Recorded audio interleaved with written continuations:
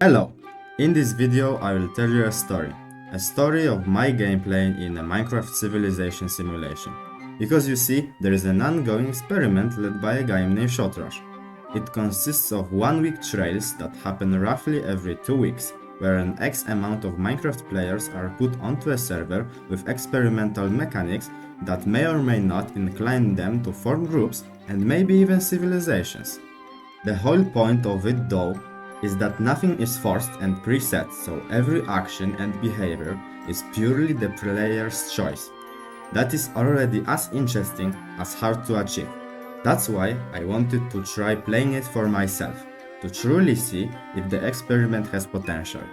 At the 10th of August, Trial 1 has officially begun. After loading onto a server, I found myself in a spruce forest at day. So as every Minecraft player should do in the beginning, I started punching a tree. While doing that, I've spotted 3 interesting things.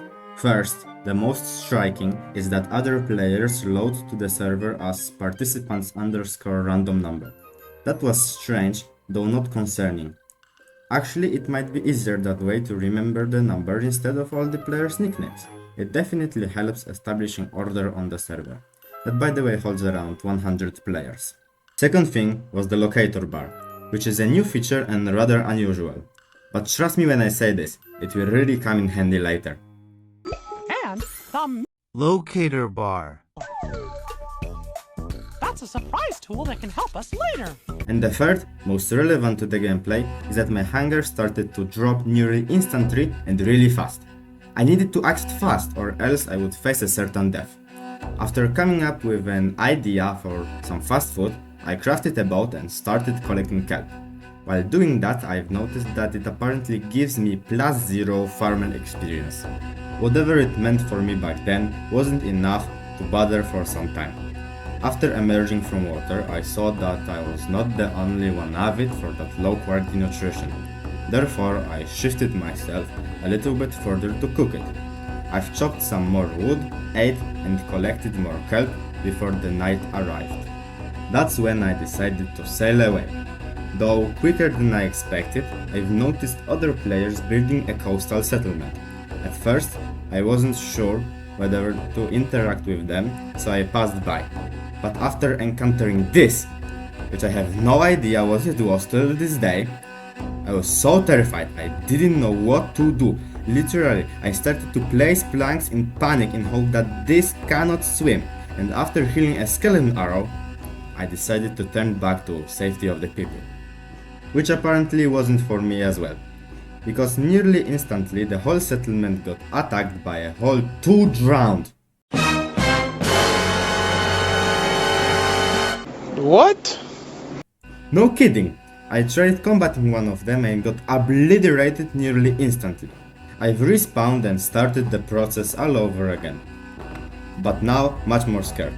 After collecting wood for a couple of minutes, that by the way used up almost all of my hunger bar, I got jump scared by this, just one hitting me from the back. I know that because after rewatching the clip I saw that there is like a quarter of a second when you can see it approaching me at incredible speeds. After respawning again, I was finally able to see hope. Hope in the form of players and torches, scaring away the creatures of the dark. I've decided to approach it immediately. My arrival did not cause any problem to anyone due to an obvious lack of organization. For now, people tried to work together in general to solve common problems. Still, before I could even recognize the situation and also help, my safety was yet again endangered by a desperate skeleton attack. Fortunately, other players caught up to it nearly immediately and helped repel the assault. Soon, the sun has risen, which ultimately boosted my morale. Now, safe due to others, I wanted to repay and was ready to work again. And work I did. I quickly collected wood from nearby trees to make some basic tools and returned to the island. There, I noticed a severe food problem, but not in the lack of food, there was just not enough cooking power to sustain other players. I've heard someone talking about smokers, so I made 2, only to then realize that they're unopenable. So I returned to my old profession, cutting wood. After all, it's still Minecraft. You can never have enough wood, especially if you're building a settlement. After cutting down a massive tree, I returned to the center where I saw a very generous player giving other people meat. He probably came back from a hunt. His number was 591, and I managed to get my hands on whole 4 pieces of beef. Excellent. I also wanted to share my work with others, but that wasn't as easy. First, I asked in the square, no response. Then, thought that the person building a skybase might need more wood. But there was no one up there. I wandered like that until the end of the day. Lastly, I tried my chances on the side of an island, where, while offering wood to another player, I overheard a conversation behind his back. The 2 gentlemen were talking about a distant island, so after the person that I was talking to left, I decided to give my resources to them. The guy with a blacksmith skin that picked it up thanked me with a French accent. And that's exactly how, on the background of the sunset, I first met participant 309, that will now be known to the story as the French blacksmith. After that interaction, I proceeded to cook the beef that I got earlier. Suddenly, another player appeared and asked me kindly for just 1 piece of meat, so I shared the food with him. In return, he noticed that my mic is shitty. The truth is that I have no mic at all, so we ate together and made fun of my microwave voice. During the next 5 minutes, nothing especially interesting happened. I survived a creeper attack, found a bunch of wooden pickaxes, helped the settlement with some small tasks like managing fuel, if it bursts, it can be fuel, and mining some stone. Also, I saw a person with a jester skin kill another player. The next day brought everyone desire to build, including me. The never-ending need of food gave me an idea of a bakery building, with campfires. I started the build on a beach near other player's house. This player, 382, was about to be my neighbor. After placing all the necessary campfires, I began to construct a dirt roof, which was immediately noticed by my neighbor, and let me say, he wasn't exactly happy about the dirt in his window. What I did next was try to compensate that to him with some food. I had loads now, so I could build out of dirt however I wanted. But what I did not know at the time, and saw that only after watching the records, that I bribed the wrong guy. I literally asked him, can I build with dirt? Anyway, if I give you 35 cat. And he nodded his head, so I gave it to him. I really don't know how that happened. But what I would like to add to defend myself, that I'm a European. So for me, at the time, it was pitch black outside and I could barely think. Still, then I decided to change the roof to stone anyway.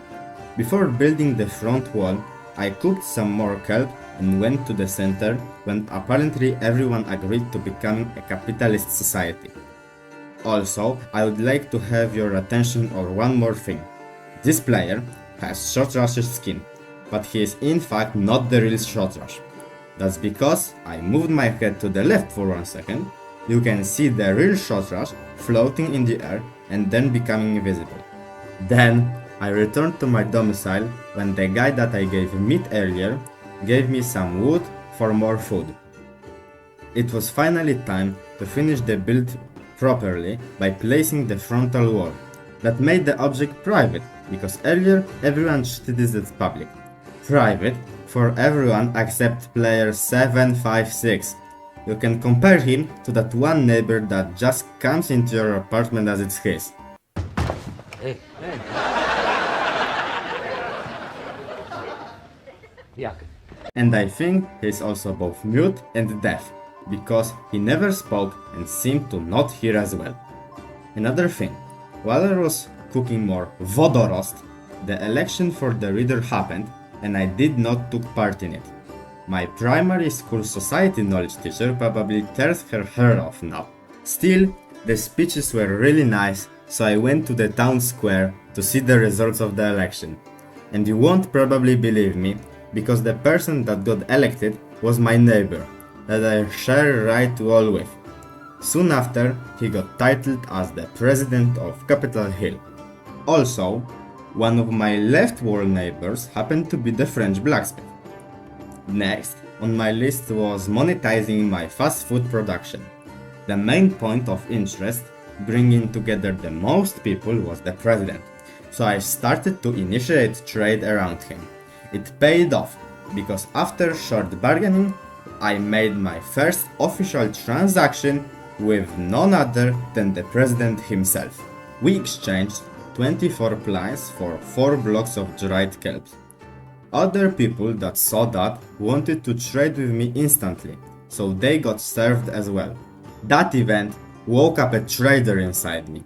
After all, if this is a true civilization experiment, I should be able to trade goods between settlements and earn my wealth that way. I immediately tried to hire someone to collect raw kelp for me, but that wasn't exactly easy, so I went and did it myself. While cooking and crafting it in 2 blocks, the French blacksmith showed up at my doorstep and kindly asked me if I could cook his kelp, to which I responded that he could do it himself. Of course, right after he entered, 756 took the opportunity of an open door to storm inside without asking anyone. After some time, the VP player, 758, that was also one of my left wall neighbors, came inside as well. He took a screenshot of my bakery and we talked about other settlements for a while. That's how I learned about the existence of Beirut commune, because by the time the world looked somewhat like this, consisting of 2 civilizations that are the majority of the server.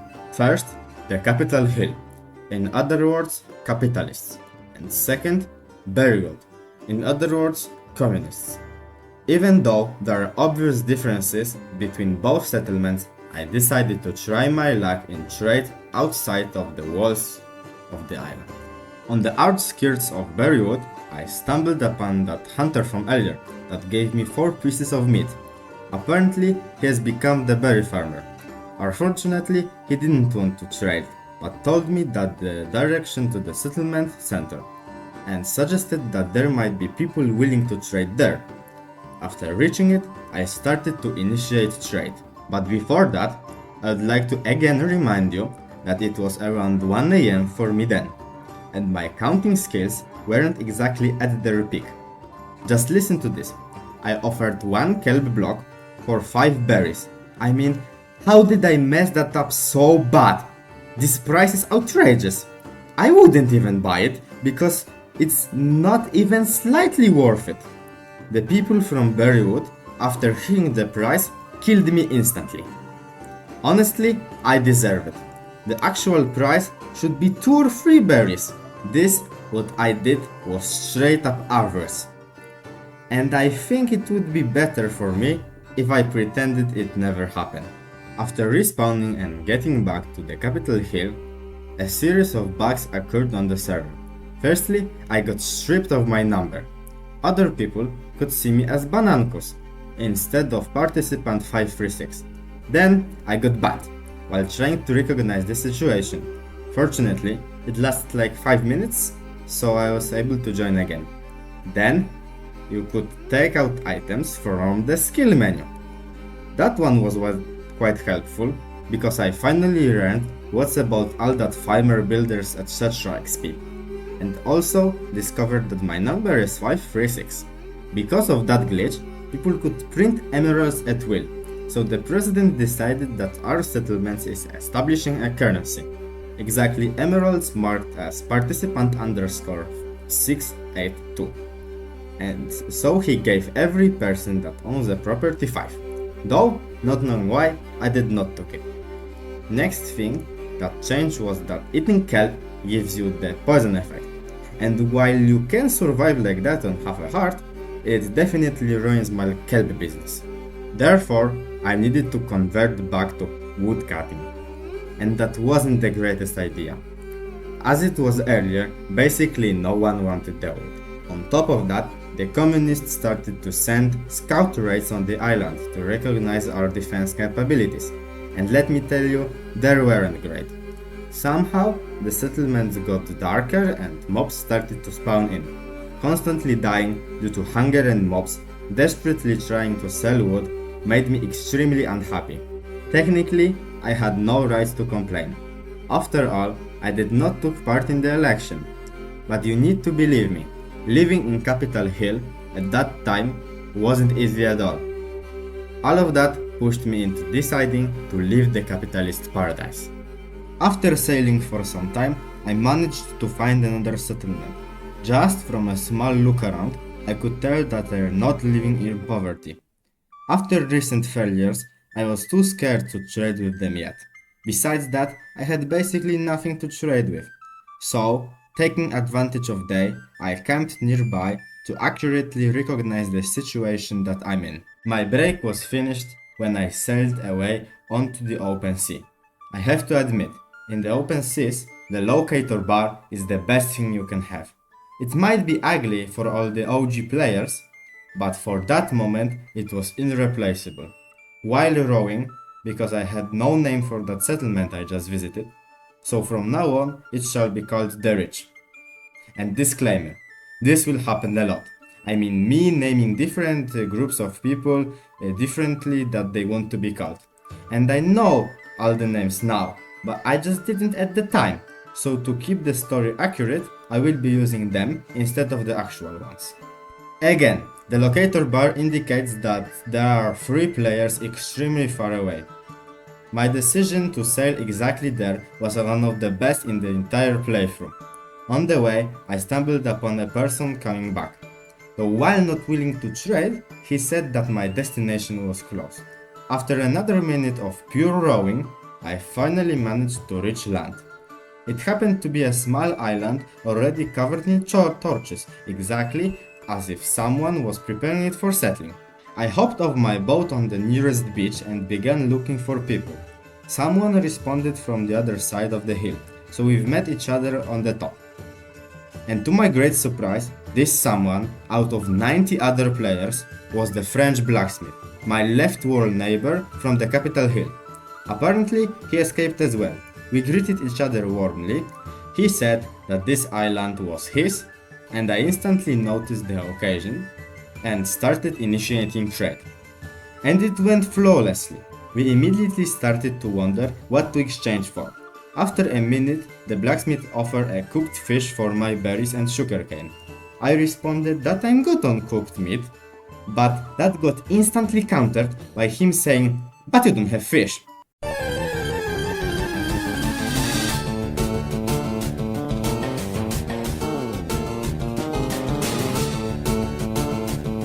That was true. So we've exchanged 9 for 9, berries plus sugarcane for 9 pieces of cod. Then we proceeded to talk more. What was the most important of that conversation was that the new settlement needs more variety of animals, settlers, and a bed. Fortunately, I had wool on me, so we've made another trade. 3 wool for 6 bone meal. That one wasn't the greatest, but if it helps a friend, it's worth it. After that, I asked if I could set my spawn on the island. There was no objection. You might now think that setting down on an island kilometers away from the mainland isn't smart, but trust me, this was also one of the best ideas I've had. While crafting, another player showed up on the island. He brought an information about the second island, similar size, to the north of us. Also added that he has found sheep there and needs help in transporting them. After officially setting my spawn, I offered to help with the transport. On the way back, the player admonished about building a bridge between 2 islands. While crafting a chest, 2 men behind me agreed to climbing the second island for the settlement's territory. I left calling this village the French Isles. My destination wasn't clear yet. It was obvious I needed to discover more just emerging civilizations because those will probably have the biggest demand on basic resources and tools. So I took the general direction of the mainland. On the way, I came across 3 gentlemen that were apparently heading to the French Isles as settlers, but also running low of food. Therefore, I suggested them a trade for nourishment, that I had plenty now. In exchange, they offer an enchanted book, but I declined, claiming that an item like that might not be useful so early in the trial. After noticing they are holding 2 fishing rods, I asked for exactly that. Future settlers agreed on giving me one.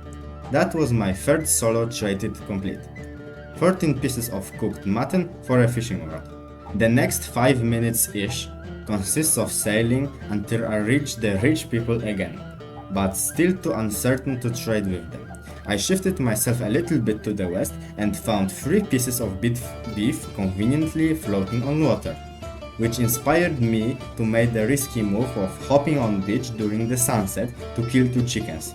Even now, when I'm watching this, it brings goosebumps.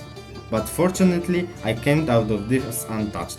Now, you need to believe me that the next thing that's going to happen was not staged. I swear! The locator bar led me to a single player living on a cobblestone platform in the middle of nowhere, marked as the Atlantis. As always, I presented my goods, all except the recent finds, and that person asked me straight off the bat for raw meat. I don't know how is this even possible. This request was so specific, but due to sheer luck, I managed to fulfill it. This oceanic camp had surplus coal, so we exchanged for that, fairly 5 for 5. Then I proceeded to move north, and still during the night I got to a massive rock island. From my perspective, they had a serious problem with dangerous mobs of various kinds. What I was trying to do now was lure some of them to the water so the settlers could have an easier time combating less of them. Also trying not to get damaged because of being on one hit all the time. Plus, I still had to wait out the night, so I felt like nothing better to do.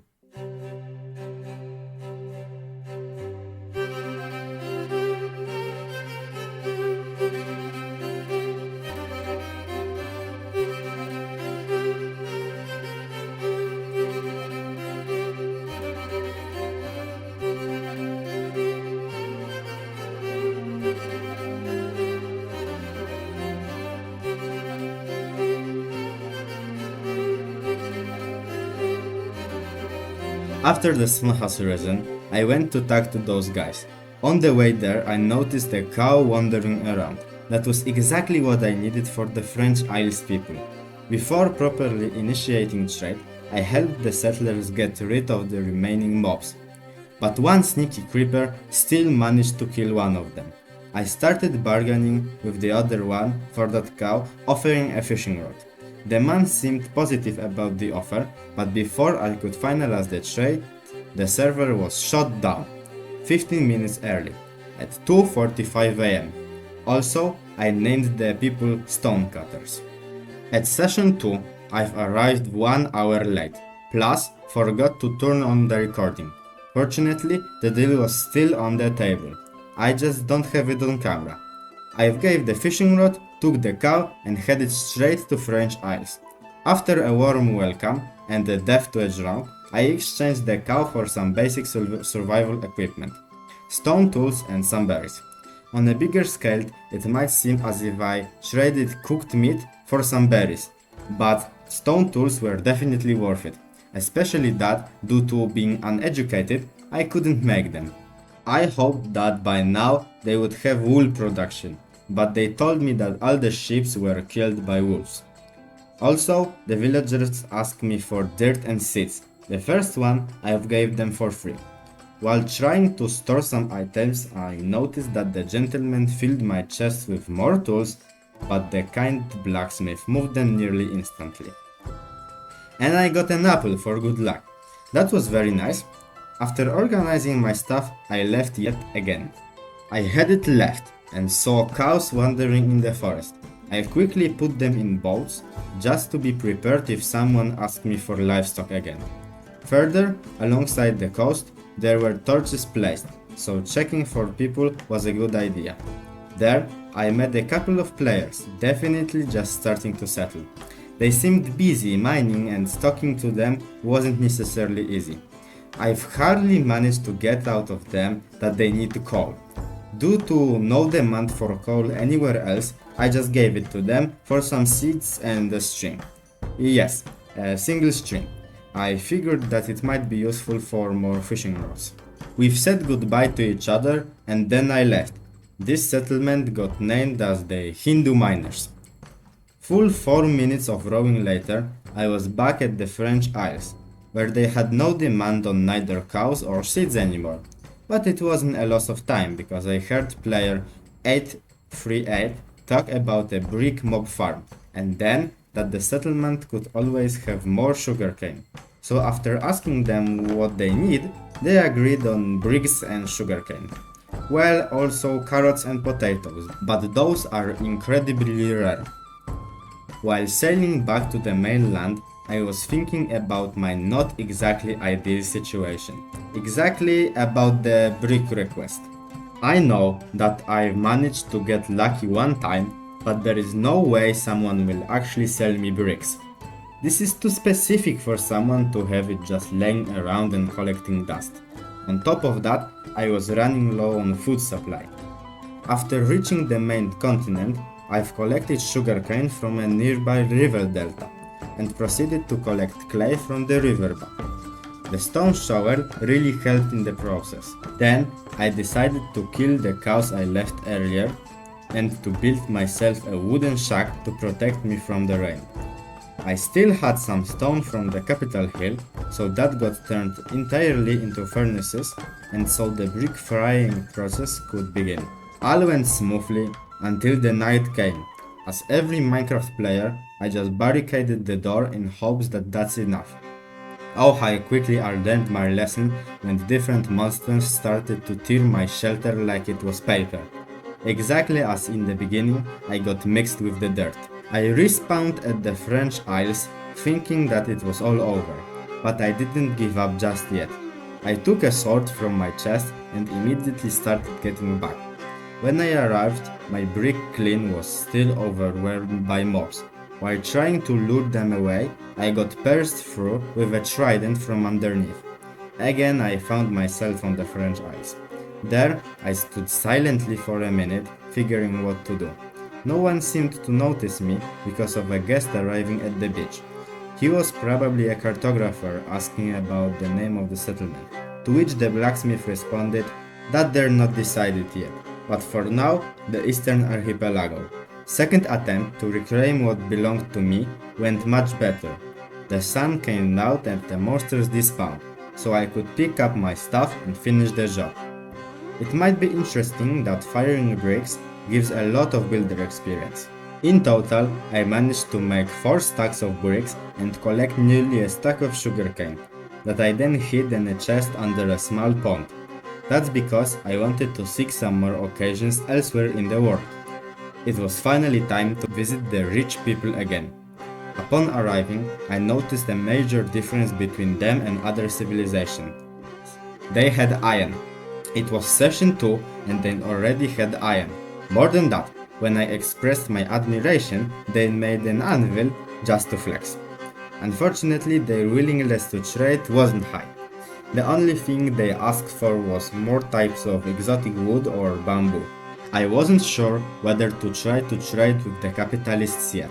Firstly, because it's easier to communicate with a couple of settlers than a massive civilization, where everyone is running around, talking, doing their own business. Especially if it's capitalist. There is no common chest and no knowledge on the settlement's stock. Secondly, because I was afraid that they would recognize me from earlier. Instead of helping in crisis, I just left. What was surprising to me was that the cobblestone platform, earlier housing a single player, now was home to multiple, one of which having a full set of iron armor. What I unfortunately don't have on camera due to server reset was me talking to those people, getting valuable informations like their real name, the Marines, and that they have loads of iron, but struggle with food. Also, I managed to sell a bed to one of them for 2 pieces of raw iron. This visit was extremely worth it, because it brought ideas to my mind. I knew people sitting on food, but due to lack of a miner, had no iron. This was a perfect opportunity. I quickly got the bricks from my treasure chest and sold them to the archipelago. The French blacksmith offered to make me a book and quill so it could be easier for me to track the trade routes. Also, he asked me for a string, so I gave the one I had to him, plus the sugarcane stack that they asked for earlier. The most important thing back then was food. I was allowed to take 24 cooked chicken. This was a dream come true. I could finally do some proper supply and demand trading instead of wandering around trying to exchange for minor profit or just to stay alive. I rode as fast as possible back to the Marines, where they accepted the price of 4 cooked chicken for 1 piece of iron with a smile. Also, the guy told me that they will most certainly have more iron later. I left holding 7 pieces of iron. That was my peak earnings yet. And I did it without leveling any class at all. Excited, I went to trade with the stonecutters on the way, but unfortunately there was no one present. The session was ending in 50 minutes, so I decided to go back to the Eastern Archipelago, as it was the safest place I know. When I arrived there, I sold 3 pieces of iron for a price of 5 cooked meat per piece. What a profit! Also, the blacksmith made some leather pants for me and even let me take a flower. Unfortunately, neither of us could dye it. Plus, I got healed for free as well, because the village's new healer needed to test his abilities. We spent the last minutes of the session talking in good atmosphere about the future development of the settlements. That's where the story ends for now.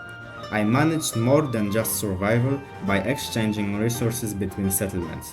7 pieces of iron without ever going underground, having a level in any profession, and joining a fraction permanently. Doing that brought me a lot of fun. I didn't trade with every civilization, but those I did, I would like to correct myself. Not the rich, but Fort Redberry. Not the stonecutters, but Northern Marinas. Not Hindu miners, but Brightstone. And of course, how could I forget about the French Isles, with the proper name of the Eastern Archipelago of Loop Land and Tartar Island. At the end, I think the project has potential, and I'm really grateful for the moderation team constant effort to make playing with the plugin balanced. And I'm really sorry for uploading this video so late. I just happened to be very busy, and I think this won't change in the near future. Anyway, goodbye.